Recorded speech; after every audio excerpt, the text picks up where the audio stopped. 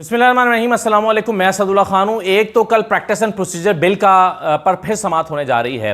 पिछले समाअत में क्या हुआ था, 1 मिनट में मैं हाईलाइट्स आपके सामने रख देता हूँ और फिर बता देता हूँ इसकी इंपॉर्टेंस क्या, और फिर मैं आता हूँ फैज़ाबाद धरना केस में जो आज बड़ा अहम फैसला आया, उसके 4 सवाल जो उठाए गए हैं उन पर बात करते हैं। काजी फैसल साहब ऐसे इस मामले को जाने नहीं दे रहे। वो कहते हैं कि नहीं, सवालों का जवाब दें पहले, फिर ये दरखास्तें वापस लें जो आप सारी दरखास्तें वापस लेने जा रहे हैं। देखिए, कल प्रैक्टिस एंड प्रोसीजर बिल जो है वो उस पर समाअत होने जा रही है। जो पहले समाअत हुई थी उसमें 3-4 अहम पॉइंट्स थे। एक अहम पॉइंट तो ये था कि वो फुल कोर्ट थी, सबसे अहम बात फुल कोर्ट थी। दूसरा, काजी साहब ने आते ही अगले ही दिन उसको समाअत के लिए मुकर्रर कर दिया गया था, फुल कोर्ट बना दिया था।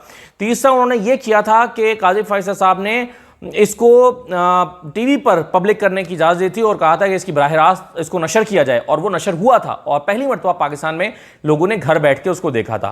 चौथा, उसमें यह हुआ था कि अपने जो बाकी साथी जजेस हैं, काजी फैसल साहब उनको कंट्रोल करने की कोशिश करते रहे और कहते रहे कि सवाल ना करें, सवाल ना करें। मैं अपने साथी जजेस से कहूँगा कि सवाल ना करें, लेकिन उनके साथी जजेस फिर भी सवाल करते रहे, बार बार सवाल उठाते रहे और फिर काजी फैसल साहब उसको रोकते रहे कि इनको जवाब ना दें, जवाब आप सवाल नोट कर लें और जवाब आप बाद में दे दीजिएगा। ये काजी फैसल साहब ने किया तो ऐसा लगा कि वो जजेस को कंट्रोल करने की कोशिश कर रहे हैं, लेकिन हुआ नहीं था। फिर काजी फैसल साहब ने ये किया था कि उन्होंने उनकी इम्तियाज़ सिद्दीकी साहब के साथ एक जो है वो तल्ख कलामी भी हो गई थी और इम्तियाज़ सिद्दीकी साहब जो हैं उन्होंने भी सख्ती के साथ जवाब दिया था। कुछ देर के लिए काजी फैसल साहब खामोश होकर भी बैठ गए थे। इसकी एक और अहम बात यह थी, खास बात यह थी इस केस की कि यह समाअत 6:30 बजे तक चली थी और 6:30 बजे तक कागजी फैसल साहब की कोशिश ये थी कि उस दिन मंसूर अली शाह ने चूंकि जाना है मुल्क से बाहर, तो आज इस केस को निपटा दिया जाए ताकि आगे इस से सुप्रीम कोर्ट का जो बेंचेस बनाने का तरीक़ाकार है वो वज़ा हो सके। वो मुमकिन ना हो सका। फिर भी काजी फैसल साहब ने ये किया था कि उन्होंने ये कहा कि चलें, ये फैसला तो नहीं हो सका, लेकिन फिर भी मैं 2 जजेस की मुशावरत से ही बेंचेस बनाया करूंगा, जिसको कुछ चैनल्स ने यूं भी रिपोर्ट किया था कि इस पर उन्होंने जो है वो स्टे खारिज कर दिया है। हालांकि ऐसा नहीं हुआ था। उन्होंने अपनी सवाबदीदी इख्तियार करते हुए काजी फैसल ने फैसला किया था कि ठीक है, मैं इसको जजेस से मुशावरत के बाद करूंगा। तो अब ये समाअत कल दोबारा होने जा रही है। ये सारा कुछ हुआ था पिछले समाअत में। अब एक तो ये हुआ है कि जिन वकला से काजी फैसल साहब और जजेस ने सवाल किए थे और कहा था कि आप इन सवालों के जवाब जमा करा दें, तो गालिबन वो सवालों के जवाब जो हैं वकला की जानिब से जमा कराए जा चुके हैं। और दूसरा, कल फिर ये समाअत जो है वो टीवी पर नशर की जाएगी, इसकी ख़ास बात ये है। और कल फिर ये जजेस बैठ रहे हैं। अब इस केस का इस लिहाज से इसकी इंपॉर्टेंस बहुत ज़्यादा है कि देखना ये होगा कि कल जब फैसला अगर आता है, कल आता है या अगली समाअत में आता है, तो 8 जजेस किस साइड पर हैं, 7 जजेस किस साइड पर हैं, 8 जजेस किस साइड पर हैं। गैर एलानिया तौर पर चीफ जस्टिस की अक्सरियत या उनकी अक़लियत, इसका इजहार ऐसा होना है इस फैसले से, और पता चलना है कि काजी फैसल साहब के साथ अक्सरियत है सुप्रीम कोर्ट की या अक्सरियत उनके साथ नहीं है। तो ये इस लिहाज से प्रैक्टिस एंड प्रोसीजर बिल बड़ा इंपॉर्टेंट है और कल हम देखेंगे कि ये अब किस तरफ को बढ़ता है और क्या रुख इख्तियार करता है। अब आ जाइए आप ज़रा इस पर जो काजी फैसल साहब जो हैं, इन्होंने फैज़ाबाद धरना जो है इसको आम तौर पे देखें, ये रिवायत रही है कि जब कोई भी दरखास्त गुजार आके कहता है कि मैं अपनी दरखास्त वापस ले रहा हूँ तो वो केस निपटा दिया जाता है। पिछले दिनों में भी हमने देखा कि नैब की कुछ दरखास्तें थीं राना सनाउल्लाह और मरीम नवाज़ के खिलाफ, वो केस 2 साल बाद फिक्स हुआ। नैब ने आके कहा हम अपनी दरखास्तें वापस ले रहे हैं, केस निपटा दिया गया।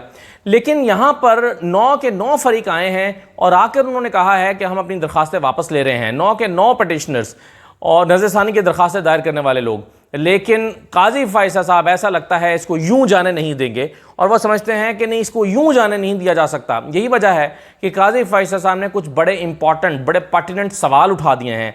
आज जो तहरीरी फैसला उसमें जारी किया है उसमें उन्होंने 4 अहम सवाल उठाए हैं और उन 4 अहम सवालों का वो जवाब मांग रहे हैं। पहला अहम सवाल उन्होंने ये उठाया है कि तवील वक्त गुजरने के बावजूद दरखास्तें समाअत के लिए मुकर्रर क्यों नहीं हुई। अब देखें, ये जो मामला है कि दरखास्त समाअत के लिए मुकर्रर क्यों नहीं की गई, ये सवाल बुनियादी तौर पर तो सुप्रीम कोर्ट ही से बनता है और ऐसा लगता है वो सुप्रीम कोर्ट के सामने ही ये सवाल सुप्रीम कोर्ट से ही उठा रहे हैं और ऐसा लगता है ये सवाल उठाकर वो अपने जाने वाले चीफ जस्टिस उमर अता बंदयाल पर एक तनकीद कर रहे हैं कि भाई ये किस मसलहत के तहत, किस दबाव के तहत, किस डर के तहत या क्या सोचकर आपने 4 साल तक ये जो दरखास्तें समाअत के लिए मुकर्रर नहीं की। ऐसा लगता है वो ये सवाल सुप्रीम कोर्ट से उठा रहे हैं कि ये क्या तरीका हुआ कि कोई केस मुकर्रर ही नहीं हो रहा। ऐसा लगता है कि काजी फैसल साहब को इस फैसले के साथ बहुत एक यानी ज़ाहिरा उन्होंने फैसला दिया था और वो चाहते थे कि या उस पर अमल दरामद हो, और अगर नज़रसानी की दरखास्तें आई हैं तो उसको समाअत के लिए मुकर्रर किया जाए और सुना जाए। और वो बड़े इस सवाल का जवाब जानने में बड़े दिलचस्पी रखते हैं, और पहले भी वो ये सवाल उठा चुके हैं, कोर्ट में भी उन्होंने उठाया था कि भाई 4 साल से ये दरखास्तें इन पर समाअत क्यों नहीं हुई है। तो यही वजह है कि काजी फाइज़ साहब ने ये अहम सवाल सबसे पहले अपनी अदालत ही से उठाया है, और उसके बाद 3 सवाल उन्होंने ऐसे हैं जो वुकला के सामने भी उठाए हैं। दूसरा सवाल तो उन्होंने वो सवाल उठाया है कि एक साथ मुतफर्रिक दरखास्तें क्यों दायर की गई, यानी एक फैसला आया, उस पर इलेक्शन कमीशन ने भी दरखास्त दायर कर दी, हसास इदारों ने भी दायर कर दी, MQM ने भी दायर कर दी, इरफान कादिर साहब ने भी एक दरखास्त दायर कर दी, और को 8-9 दरखास्तें दायर हो गई। तो काजी फैसल साहब इसमें इसके बिहाइंड द सीन जो होता है, यानी असल पीछे क्या है, विचली गल जिसको हम कहते हैं, तो काजी फैसल साहब इसमें विचली गल ढूंढना चाहते हैं। वो देखना चाहते हैं कि एक साथ मुतफर्रिक दरखास्तें क्यों दायर की गई, अगरचे उस फैसला आने के बाद और आज ये दरखास्तें वापस लिए जाने के बाद ये सारे सवालात पूछना शायद नहीं बनते कि भाई दरखास्तें क्यों दायर की, दरखास्तें वापस क्यों ले रहे हो। ये सवाल जो है वो काजी फैसल साहब मगर उठा रहे हैं, चीफ जस्टिस हैं, उठा सकते हैं, उनको कोई रोक नहीं सकता, वो सवाल उठा रहे हैं, लेकिन ये रवायत नहीं है। आमतौर पे होता ये है कि जब कोई अपनी दरखास्त वापस लेता है तो वापस हो जाती है और केस ख़त्म हो जाता है, बल्कि उसको कहते हैं केस निपटा दिया गया है। तो ये दूसरा सवाल उन्होंने कहा कि एक साथ मुतफर्रिक दरखास्तें क्यों दायर की गई। और तीसरा सवाल उन्होंने उठाया है कि कानूनी इदारों का दरखास्तें वापस लेने का फैसला क्या आज़ादाना है, यानी जब भी कोई फरीक दरखास्त वापस लेता है तो आमतौर पर यह सवाल नहीं होता कि क्या भैया आप किसी के दबाव में तो नहीं वापस ले रहे।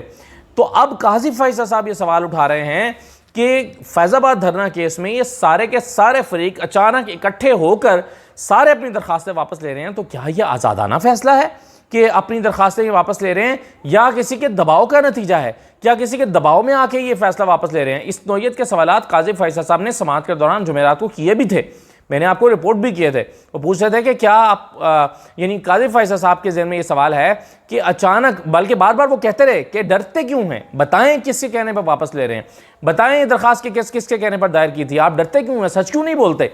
तो ये सवाल बार बार काजी फैसल साहब जो हैं वो उठाते रहे हैं। और चौथा सवाल जो उन्होंने उठाया है वो ये है कि क्या फैज़ाबाद धरना केस पर अमल दरामद हो गया। ये सबसे अहम सवाल है, और इसको आप अज खुद नोटिस के ज़मरों में डाल सकते हैं, क्योंकि उसका इस दरखास्त से ताल्लुक़ नहीं है।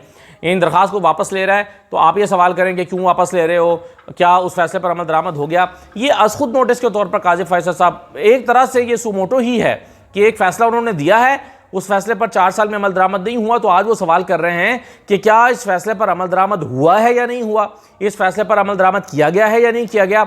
ये मेरा ख्याल है सबसे पर्टिनेंट क्वेश्चन है, सबसे अहम सवाल है, और मेरा ख्याल है इस तहरीरी फैसले में सबसे जो खबर की बात है वो यही है कि भाई क्या जो फैसला सुनाया गया था 4 साल पहले फैज़ाबाद धरना केस का, उस पर अमल दरामद हुआ। अब उसमें बड़े इंपॉर्टेंट निकात हैं जिस पर अमल दरामद होना चाहिए था। अगर उस पर अमल दरामद होता है तो फिर तो पाकिस्तान के कई इदारे जो हैं वो इस कटहरे में आ जाएंगे। तो उस काजी फैसल साहब जब ये सवाल उठा रहे हैं कि उस पर अमल दरामद नहीं हुआ, तो ये बहुत ही मानी खेज़ बात है, ये बहुत इंपॉर्टेंट बात है, बड़ी अहम चीज़ है। तो जो उन्होंने सवाल उठाया, तो अब देखते हैं कि काजी फैसल साहब जो ये सवालात उठा रहे हैं उसका क्या जवाब मिलता है उनको, और जवाब मिलता है या नहीं मिलता। बहरहाल एक महीने के लिए ये समाअत मुलतवी हुई है। काजी फैसल साहब का, जैसे कि मैंने कहा कि जब से वो आए हैं उन्होंने अपने आने के 11 दिन के अंदर जो सबसे अहम 11 दिन के अंदर जो केस लगा दिया, यानी बेशुमार अहम केसेस पड़े हुए थे। सबसे पहले पार्टीशन प्रोसीजर बिल उन्होंने फुल कोर्ट मुकर्रर किया, और उसके बाद जो सबसे इंपॉर्टेंट केस उन्होंने समझा वो फैज़ाबाद धरना समझा। आप सोचें ना कि 4 साल से केस पड़ा हुआ है, काजी साहब को कैसे ख्याल आया कि 4 साल के बाद इस केस को मैंने समाअत के लिए मुकर्रर करना है। अब समाअत के लिए जब मुकर्रर हो गया तो उसके बाद भी वो उसको जाने नहीं दे रहे, और बावजूद इसके कि जो फरीक़ैन हैं वो कह रहे हैं हम अपनी दरखास्तें वापस ले रहे हैं, मगर काजी फैसल सवाल उठा रहे हैं कि नहीं, ऐसे आप दरखास्तें वापस नहीं ले सकते, आपको इन सवालों का जवाब देना होगा। अब देखिए इन सवालों का क्या जवाब दिया जाता है। इजाज़त दीजिए, अल्लाह हाफ़िज़।